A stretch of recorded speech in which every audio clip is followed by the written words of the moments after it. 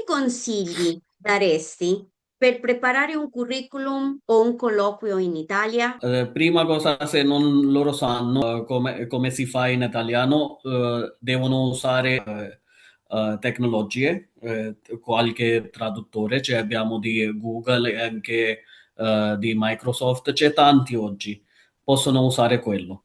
E poi, sì, e l'altro è che cosa sanno loro, sue competenze, devono iscrivere quelle competenze, non devono iscrivere bugie.